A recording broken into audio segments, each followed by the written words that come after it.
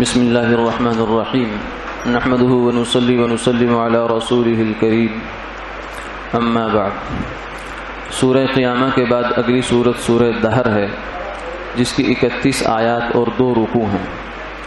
اس سورت کی ابتدا میں اللہ تعالیٰ نے انسان کو یہ احساس دلایا ہے کہ تم اب بہت کچھ بنے پھرتے ہو، مگر ایک زمانہ ایسا تھا کہ تمہارا کسی فہرست میں نام نہیں تھا، لم یکن شیئا مذکورا، کہ اس کا کہیں تذکرہ نہیں تھا انسان کا، اور پھر ایک زمانہ ایسا آئے گا کہ اس کا کسی فہرست میں تذکرہ نہیں ہوگا، نکلتے نکلتے نام اس کا نکل جائے گا، حتیٰ کہ ایک وقت آتا ہے کہ پوتا باپ سے پوچھتا ہے دادا کی خبر کہاں ہے، تو باپ کہتا ہے پتہ نہیں، یہیں کہیں دائیں بائیں تھی۔ تو جس دنیا کی زندگی کے لیے انسان اتنا کچھ کرتا ہے، اس کی حقیقت صرف اتنی سی ہے۔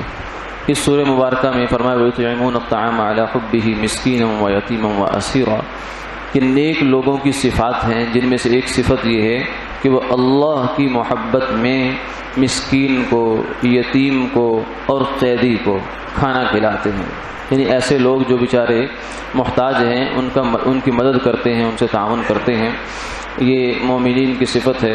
پھر اسی سورہ مبارکہ کے اندر فرمایا وَيَطُوفُ عَلَيْهِمْ وِلْدَانٌ مُخَلَّدُونَ، کہ اہل جنت پر بچے چکر لگائیں گے جو ہمیشہ بچے ہی رہیں گے۔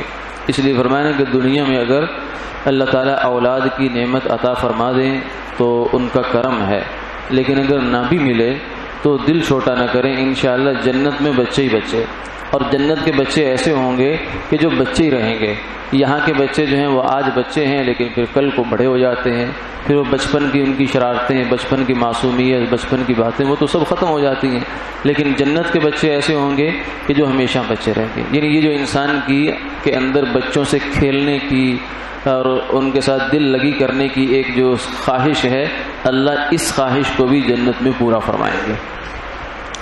اگلی سورہ مرسلات ہے، جو مکہ مکرمہ میں نازل ہوئی، جس کی 50 آیات اور 2 رکوع ہیں۔ مرسلات کہتے ہیں ہواؤں کو، والمرسلات عرفا، وہ ہوائیں جو خوشگوار انداز میں چلتی ہیں، ان کی قسم ہے۔ فالعاصفات عصفا، پھر وہ ہوائیں کہ جو تیز جھکڑ اور آندھی بن کے چلتی ہیں، ان کی قسم ہے۔ کہ جیسے یہ ایک ہوا ہے، اس کی ابتدا کچھ ہے، پھر رفتہ رفتہ انجام کچھ اور ہو جاتا ہے۔ تو یہاں مفسرین نے فرمایا کہ اس قسم سے نقطہ یہ ہے کہ انسان بعض دفعہ کسی معاملے کا آغاز اچھا سمجھ کر اسے کر لیتا ہے، لیکن انجام اس کا اچھا نہیں ہوتا۔ جیسے کافر دنیا میں یا مسلمان دنیا میں بسا اوقات گناہ کرتا ہے، اسے اس کے اندر لذت سمجھ کے، خوشگواری سمجھ کے، لیکن یہ گناہ بالآخر انجام کے اعتبار سے جہنم کا ایندھن بن جاتا ہے۔ اس سورۃ مبارکہ میں فرمایا وَيْلٌ يَوْمَئِذٍ لِّلْمُكَذِّبِينَ، یہ آیت بار بار اس کا تکرار ہے کہ ہلاکت ہے اس دن جھٹلانے والوں کے لیے۔ یعنی ایک چیز کو اللہ بار بار جب تاکید سے ذکر فرما رہے ہیں تو اس کا مطلب وہ بڑی بات ہے۔ اگلی سورہ نبا ہے، جو مکہ مکرمہ میں نازل ہوئی، جس کی 40 آیات اور 2 رکوع ہیں۔ نبا کہتے ہیں خبر، العظیم، بڑی۔ فرمایا کہ آپ سے یہ بڑی خبر کے بارے میں سوال کرتے ہیں، یعنی قیامت کب ہے۔ قیامت کوئی شک نہیں کہ اس کائنات کا سب سے بڑا حادثہ قیامت ہی ہے۔ ایک وقوع سب سے بڑا اس کائنات کا وجود میں آنا تھا، وہ تو ہو گیا، اب اس کائنات کا ختم ہونا ہے، وہ قیامت ہے، اس کائنات کی موت ہے۔ تو لوگ سوال کرتے ہیں، فرمایا کہ ان سے کہہ دیجئے کہ وہ عنقریب آنے والی ہے۔ پھر اس سورۃ مبارکہ میں اللہ تعالیٰ نے کئی ساری نعمتوں کا بڑے خوبصورت انداز میں تذکرہ فرمایا، رات کا تذکرہ فرمایا، دن کا تذکرہ فرمایا، حتیٰ کہ یہ فرمایا وَجَعَلْنَا نَوْمَكُمْ سُبَاتًا، اللہ نے تمہاری نیند کو تمہارے لیے آرام کی چیز بنا دیا۔ اگر انسان کو نیند نہ آئے، یہ کتنی بڑی نعمت ہے۔ یہ اس سے پوچھیے کہ جو بیچارہ کئی گولیاں کھا کر بھی اسے نیند نہیں آ رہی، یہ ہمیں جو ہے فٹ پاتھ پہ بھی نیند آ جاتی ہے، اور سوکھی کھا کے بھی نیند تو اللہ کا شکر آ جاتی ہے، تو یہ بھی اللہ کی نعمتوں میں سے ایک نعمت ہے۔ پھر اس سورۃ مبارکہ کے آخر میں فرمایا کہ قیامت والے دن کافر کو اتنا افسوس ہوگا اپنے کیے ہوئے اعمال پر کہ وہ یہ کہے گا یا لیتنی کنت ترابا، ہائے کاش کہ میں مٹی ہو جاتا۔ تو یہ مٹی اس وقت مٹی ہونے کا کوئی فائدہ نہیں ہے۔ ہاں دنیا میں انسان مٹی ہو جائے، یعنی خاکسار ہو جائے، خاکساری اور عاجزی اختیار کر لے تو اس کا فائدہ ہے۔ قیامت والے دن تو کافر بھی ایمان لے آئے گا، پکا مسلمان ہو جائے گا، لیکن وہ ایمان اس کا معتبر نہیں ہے، معتبر دنیا کا عمل ہے۔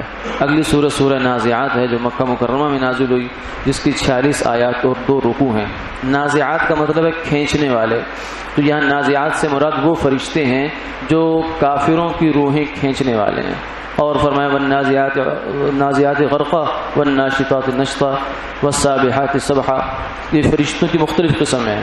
کچھ فرشتے جو کافروں کی روحیں کھینچنے والے ہیں وہ اتنی سختی سے معاملہ کریں گے کہ کافر کی روح کو مار مار کے ایک ایک روئیں سے کھینچ کر نکالا جائے گا، اور مومن کی روح وہ ایسے نکلے گی جیسے مکھن سے بال نکلتا ہے۔ یہ فرشتے، ان دونوں فرشتوں کا تذکرہ فرما دیا۔ آگے اسی سورۃ مبارکہ میں فرمایا وَأَمَّا مَنْ خَافَ مَقَامَ رَبِّهِ وَنَهَى النَّفْسَ عَنِ الْهَوَىٰ فَإِنَّ الْجَنَّةَ هِيَ الْمَأْوَىٰ۔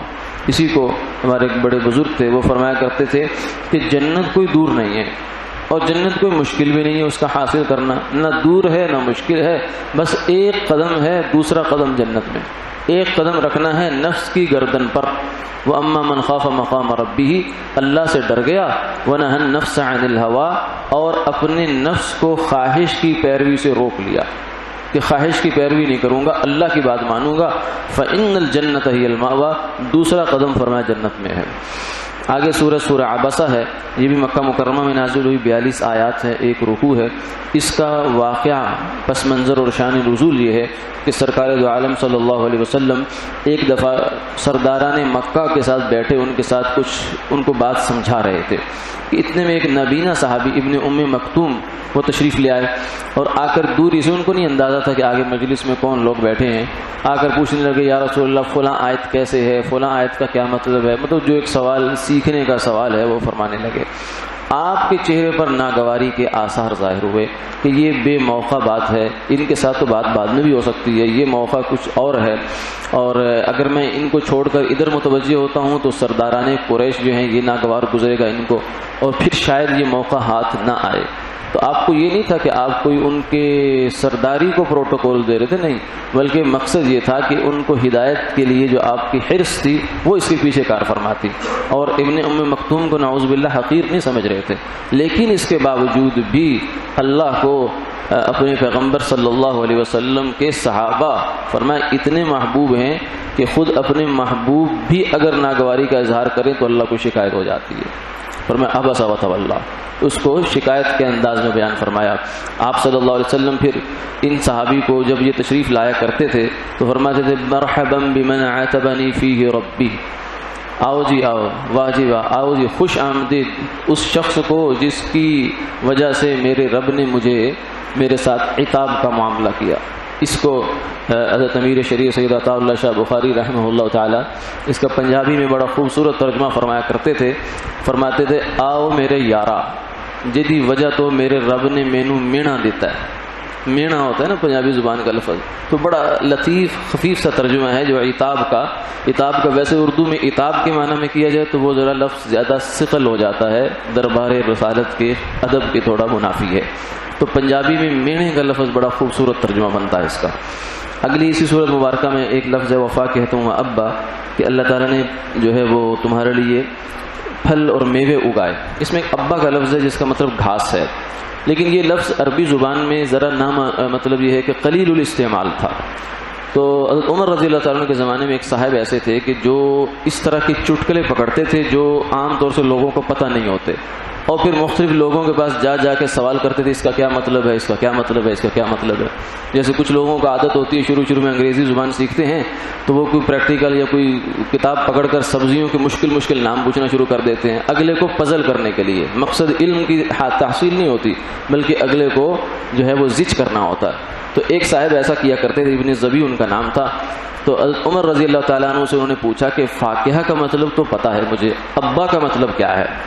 تو عمر رضی اللہ عنہ نے ایک درہ مارا ان کو، فرمایا کہ بس جو فاکہہ کا مطلب پتہ ہے اسی پر عمل کر لے، یہ بھی کافی ہے تیرے لیے۔ مقصد یہ تھا کہ آدمی کو ایسی بیکار مشغلے میں اپنا وقت بھی ضائع نہیں کرنا چاہیے اور دوسروں کو بھی تنگ نہیں کرنا چاہیے۔ یعنی مقصد یہ تھا کہ اس میں کوئی ایسا حکم نہیں ہے کہ جو نامعلوم ہو تو تمہاری کوئی دنیا و آخرت کی فلاح اس پر موقوف ہو، کیونکہ عملی زندگی کا کوئی مسئلہ نہیں ہے۔ تو اسی طریقے سے کچھ لوگ جو ہیں اس طرح کے سوالات بیچارے کرنا شروع کر دیتے ہیں، ایک لاش ملی ہے، اس کے اندر نہ یہ علامت ہے نہ وہ علامت ہے، غسل کیسے دیا جائے گا؟ بھائی جب یہ لاش آئے گی تو انشاءاللہ غسل کا بھی نظم ہو جائے گا۔ اسی طریقے سے ایک صاحب نے ایک محدث سے پوچھا کہ شیطان کی بیوی کا کیا نام ہے؟ تو فرمایا ذاک عرس ما حضرت، اس شادی میں شرکت کا مجھے موقع نہیں ملا اس لیے میں نام نہیں بتا سکتا۔ تو یہ کچھ فضول سوال ہوتے ہیں جن سے انسان کو بچنا چاہیے۔ اگلی سورت سورہ تکویر ہے جو مکہ مکرمہ میں نازل ہوئی، 29 آیات ہیں، 1 رکوع ہے۔ اس میں بھی اللہ نے قیامت کا منظر بڑے جو ہے عجیب انداز میں قرآن پاک کا اگر آپ مطالعہ کریں تو ایک چیز کے بیان کے بے شمار انداز اللہ نے اپنائے ہیں، جن میں سے قیامت کا ایک منظر ہے ہر صورت کے اندر ایک نئے انداز میں، یعنی اتنا بڑا واقعہ ہے کہ اس کی ہولناکی کو بیان کرنے کے لیے یوں لگتا ہے کہ ایک صورت ناکافی ہے، دوسری کی ضرورت، دوسری، تیسری، چوتھی، پانچویں۔ جیسے انسان جو ہے وہ کسی خوبصورت منظر کو بیان کرنے لگتا ہے تو اس کو ایک انداز بیان پر اس کا بس نہیں ہوتا، کفایت نہیں کرتا۔ انیس نے اس لیے کہا کہ مضمون ہو پھول کا تو 100 رنگ سے باندھوں، یعنی ایک پھول کے اندر اتنی خوبصورتی اللہ نے پیدا کی ہے کہ اس کو 100 انداز سے بیان کریں پھر بھی اس کی لطافت کا بیان نہیں ہو سکتا۔ تو قرآن پاک بھی اللہ تعالیٰ نے قیامت کا منظر بھی اللہ نے اسی انداز سے کھینچا ہے۔ اگلی سورت سورہ انفطار ہے جو مکہ مکرمہ میں نازل ہوئی، جس کی 19 آیات اور 1 رکوع ہے۔ اس صورت میں بھی شروع میں تو قیامت کا تذکرہ ہے اور پھر آخر میں بھی قیامت کا تذکرہ ہے، بیچ میں اللہ نے انسان سے ایک شکوہ کیا ہے۔ حالانکہ اللہ اور شکوہ، وہ تو چاہیں تو اس کا گردن پکڑ کے مروڑ دیں، اس کو ہے کیا انسان اللہ کے سامنے، لیکن پھر بھی اللہ تعالیٰ اس سے ایک شکوہ کرتے ہیں۔ کیوں؟ اس لیے کہ شکوہ وہاں ہوتا ہے جہاں محبت ہوتی ہے۔ شکوہ اور شکایت جو ہے، عشقست و ہزار بدگمانی، یہ بھی محبت کی علامت ہوتی ہے کہ اللہ تعالیٰ کو اپنے بندے سے محبت ہے۔ اللہ تعالیٰ اس کو مار نہیں رہے، اس کو ختم نہیں کر رہے، بلکہ اسے احساس دلا رہے ہیں کہ یہ کیا کر رہے ہو۔ یا ایھا الانسان ما غرک بربک الکریم، اے انسان تجھے کریم رب سے کس چیز نے غافل کر دیا؟ کیا چیز ہے جس غفلت، جس دھوکے میں تو پڑ گیا ہے؟